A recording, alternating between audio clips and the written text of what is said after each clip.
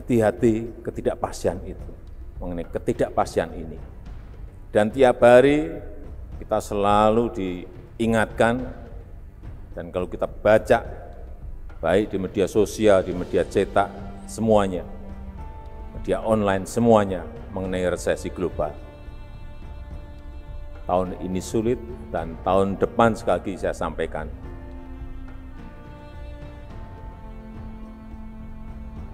akan gelap. Dan kita nggak tahu badai besarnya seperti apa, sekuat apa, nggak bisa dikalkulasi. Luka di dalam perekonomian yang sangat berbeda sekali dengan scar akibat Global Financial Crisis 2008-2009. Atau kalau untuk Indonesia kita tambah lagi pengalaman 97-98. Yaitu financial crisis di Asia Tenggara, termasuk di negara kita. 3 ketidakpastian ini saja sudah bisa memberikan kepada Anda semua sebuah perspektif bahwa risiko saat ini is not about financial only.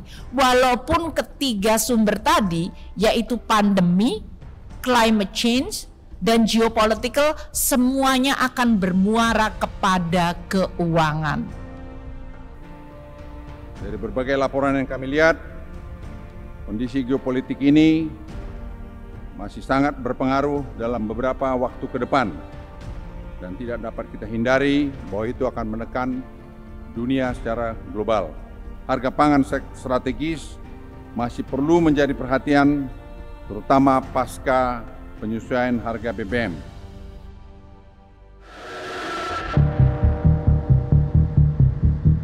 Presiden Joko Widodo, Menteri Keuangan Sri Mulyani, dan Menko Maritim dan Investasi Luhut Binsar Panjaitan kompak membagikan ancaman kondisi ekonomi global yang gelap gulita.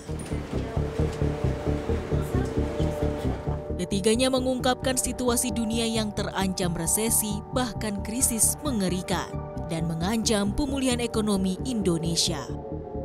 3 serangkai ini meminta masyarakat dan semua pihak menyiapkan diri agar tekanan yang dihadapi bisa diantisipasi lebih dini. Sebelumnya, sejumlah lembaga internasional mulai dari Bank Dunia, IMF, hingga Asian Development Bank juga telah memperingatkan risiko terjadinya krisis keuangan serta resesi global pada 2023. Meski pandemi COVID-19 sudah mereda, meletusnya perang Rusia versus Ukraina telah menyebabkan perlambatan ekonomi di sejumlah negara dengan ekonomi terbesar seperti Amerika Serikat, China, dan kawasan Eropa. Kondisi tersebut kemudian memaksa bank sentral di dunia serentak menaikkan suku bunga sebagai respon terhadap tingginya inflasi yang memicu terjadinya resesi.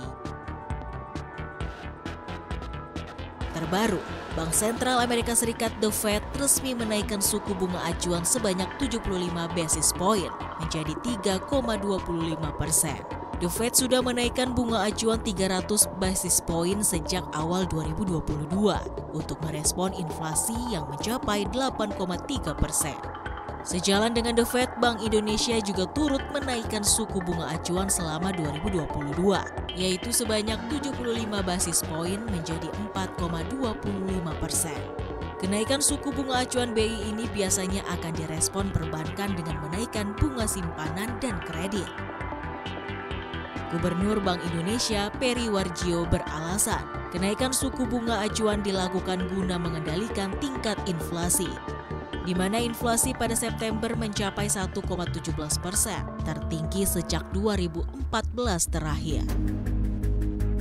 Bank Dunia sudah menyampaikan kalau bank sentral di seluruh dunia melakukan peningkatan suku bunga secara cukup ekstrim dan bersama-sama, maka dunia pasti mengalami resesi di tahun 2023. Inilah yang sekarang sedang terjadi, yaitu kenaikan suku bunga oleh bank sentral, terutama di negara-negara maju secara cukup cepat dan ekstrim, dan itu pasti akan memukul pada pertumbuhan ekonomi negara-negara tersebut.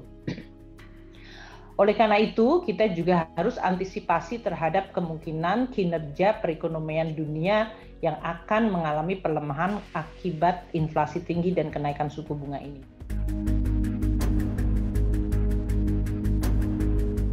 The Fed diprediksi masih akan terus menaikkan suku bunga acuannya hingga mencapai 4,75% di akhir 2022.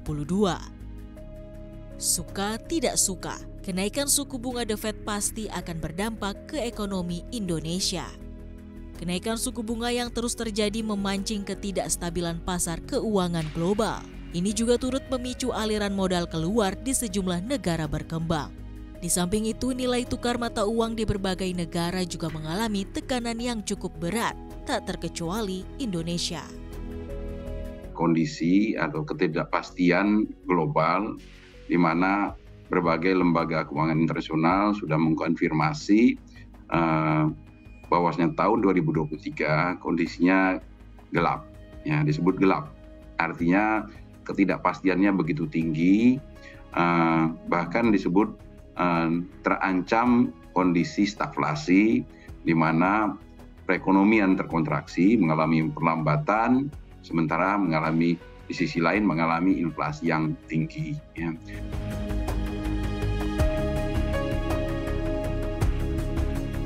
Melihat laporan perkembangan ekonomi global yang mengkhawatirkan, semakin sadar bahwa jurang krisis dan resesi ada di depan mata. Resesi ekonomi menjadi hantu menyeramkan bagi seluruh negara di dunia, termasuk Indonesia. Lantas, apa dampaknya kepada warga Indonesia jika resesi benar-benar terjadi? Ekspor Indonesia akan terguncang karena pasar dunia yang lesu. Ekspor sendiri berkontribusi sebesar 23% terhadap pertumbuhan ekonomi di kuartal 1 2022. Kemerosotan ekspor akibat resesi dunia tentunya akan memangkas PDB Indonesia.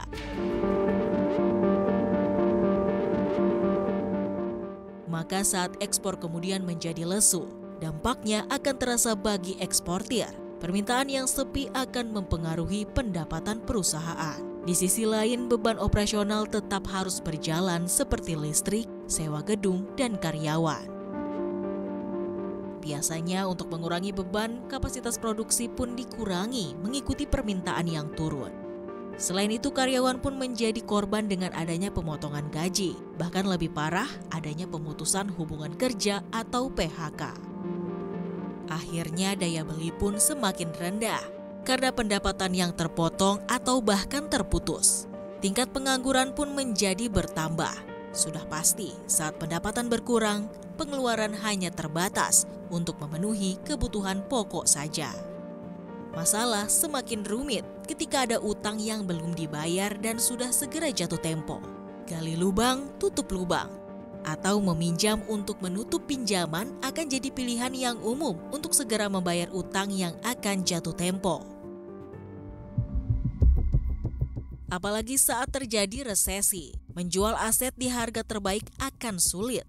Sebab daya beli masyarakat sedang lesu. Kemudian jika melihat kondisi saat ini, resesi dipicu oleh kenaikan suku bunga bank sentral yang agresif, sehingga bisa mengerek suku bunga kredit yang membuat utang menjadi lebih mahal.